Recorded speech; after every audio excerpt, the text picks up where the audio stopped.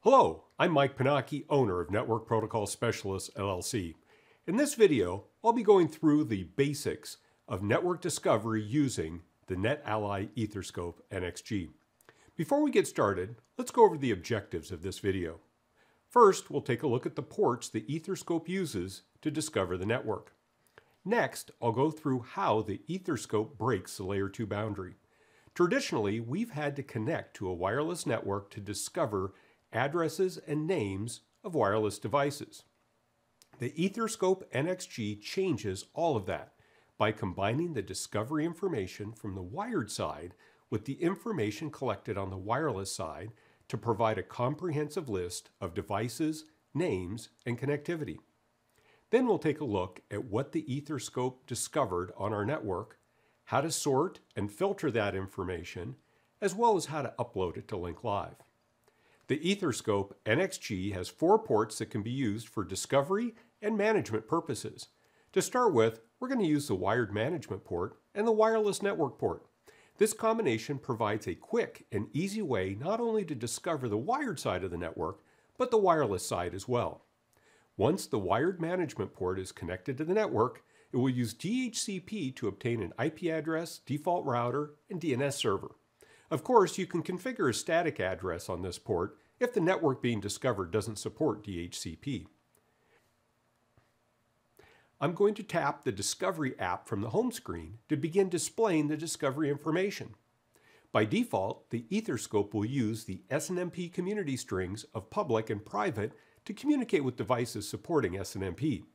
These strings can be easily changed by going to the Discovery settings and adding your company-specific strings. In addition to SNMP version 1 and 2, the EtherScope supports version 3 as well. As a wired network is being discovered, the EtherScope is scanning through the wireless channels, discovering the wireless network as well. Both the wired and wireless devices are added to the discovery screen. This is where the EtherScope begins breaking down the Layer 2 boundary. The information from the wired side, such as IP address, name, and MAC address, is combined with the BSSID, RF statistics, and AP associations on the wireless side. By combining the information from both sides of the access point, the EtherScope is able to display detailed information about the wireless clients without the need to associate and authenticate to the wireless network. This allows the EtherScope to discover more information about more devices in less time. With all this information collected about the network, we need a way to quickly drill down into devices of interest. This is where the filter capabilities of the EtherScope nXG come into play. Tapping on the filter icon, I can see the various categories that can be used to filter devices. I can filter by device type, IP subnet, VLAN, SSID, as well as many others. Even if I've discovered thousands of devices on my network, I can quickly filter down on just those devices I'm interested in and begin viewing their connectivity and overall health. These filters are additive. I can select criteria from various categories and the filters will be added onto each other. I can also delete the filters individually as I refine my results. In this case, I'm interested in the devices connected to the Corp24 network. I'll expand SSID and select the network. Going back to the discovery screen, I can see that I've greatly reduced the number of devices. Here's an example of how the EtherScope breaks down the Layer 2 boundary. Remember, I have not connected to any wireless networks. I'm only scanning the wireless. We can see that in the upper left corner, the EtherScope is scanning through all of the channels. However, I can see that the tester has discovered the device Training PC1. Now I'll tap on Training PC1. I can see the IP address of this device, the MAC address, the 802.11 channel, type, and even the access point it's associated to. In addition to filtering, the discovered devices may be sorted as well.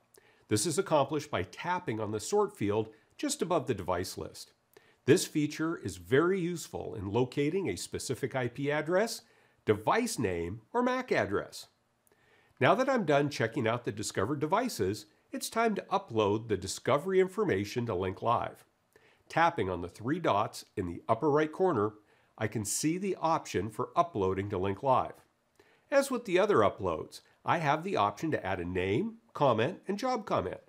Tapping on Save to Analysis Files will upload all of the discovery information. Let's jump over to Link Live and take a quick look at the information that's uploaded. We can see the discovered devices. As I click on a device, the detailed information about that device is displayed. Clicking on the Action button in the lower right corner of the screen provides a means for me to export the discovery information as either a CSV file or a PDF. In most cases, discovering the network is as easy as connecting the wired management port to the network and letting the EtherScope nXG do all the work. Once the discovery is complete, you can easily upload it and generate a report for documentation and troubleshooting purposes. Be sure to check out the other videos on how to get the most out of your netAlly EtherScope nXG.